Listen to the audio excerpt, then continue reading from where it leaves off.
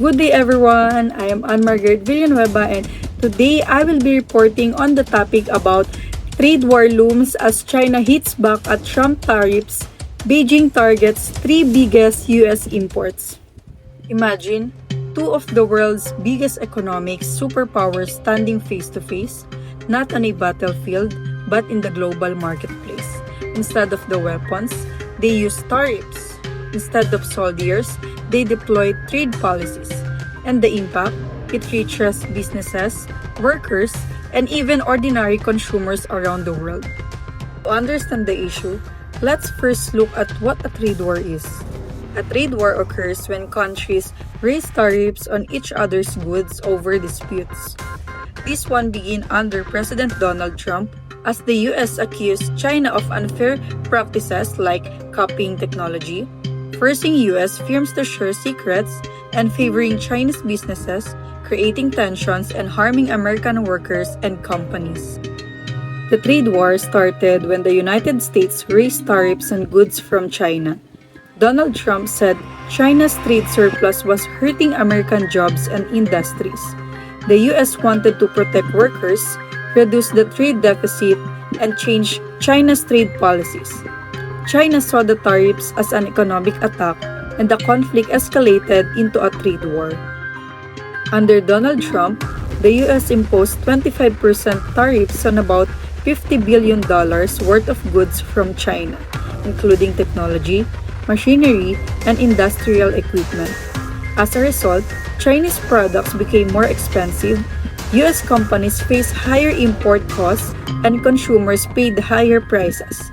Instead of resolving the dispute, the tariffs increased tensions between the two countries. China did not stay silent. It imposed tariffs on 106 US products to protect its national interests, respond to American actions, and show it will not be pressured. This retaliation officially escalated the conflict into a full trade war with the United States. Next is the major US exports targeted by China. China carefully chose US products that were very important to the American economy. By targeting these products, China aimed to pressure the US government and affect key American industries. The three biggest US imports targeted were soybeans, aircrafts, and automobiles.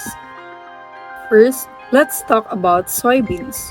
Soybeans are one of the United States' biggest exports to China, mainly used for animal feed and food. When China placed tariffs on soybeans, American farmers lost income and many needed government support. It was a powerful move because farming is a key US industry. Next is aircraft. China is one of the biggest buyers of US aircraft, especially from companies like Boeing. After the tariffs, aircraft's order dropped, US aviation companies faced losses, and China looked to other countries for suppliers. This seriously impacted the US aviation industry and showed how strong China's response was. Lastly, automobiles. When China imposed tariffs on US-made cars, prices increased and sales of American brands dropped.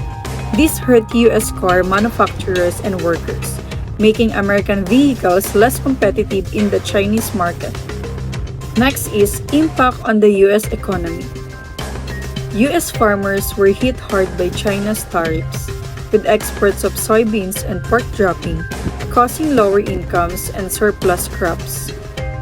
Tariffs on steel and aluminum raised costs for manufacturers, especially in autos and construction, making production more expensive.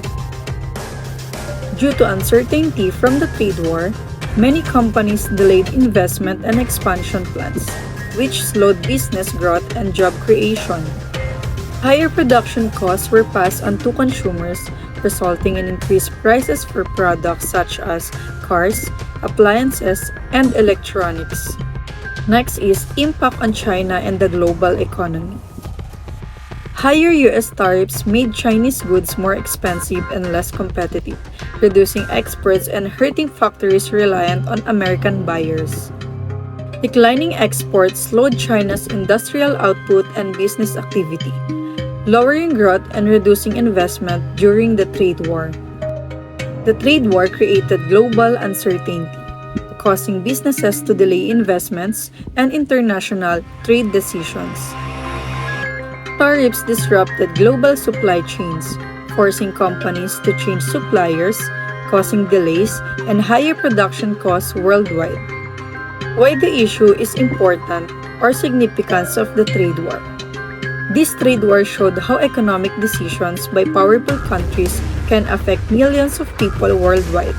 It highlighted the risk of protectionism and the importance of cooperation in global trade. In conclusion, the US-China trade war began over disputes about trade practices. US tariffs under Donald Trump led China to retaliate against key US exports, the soybeans, aircraft, and automobiles. Rather than resolving the issue, the trade war raised tensions and caused economic harm for both countries and the global economy. Thank you, and that is all for my report. Bye!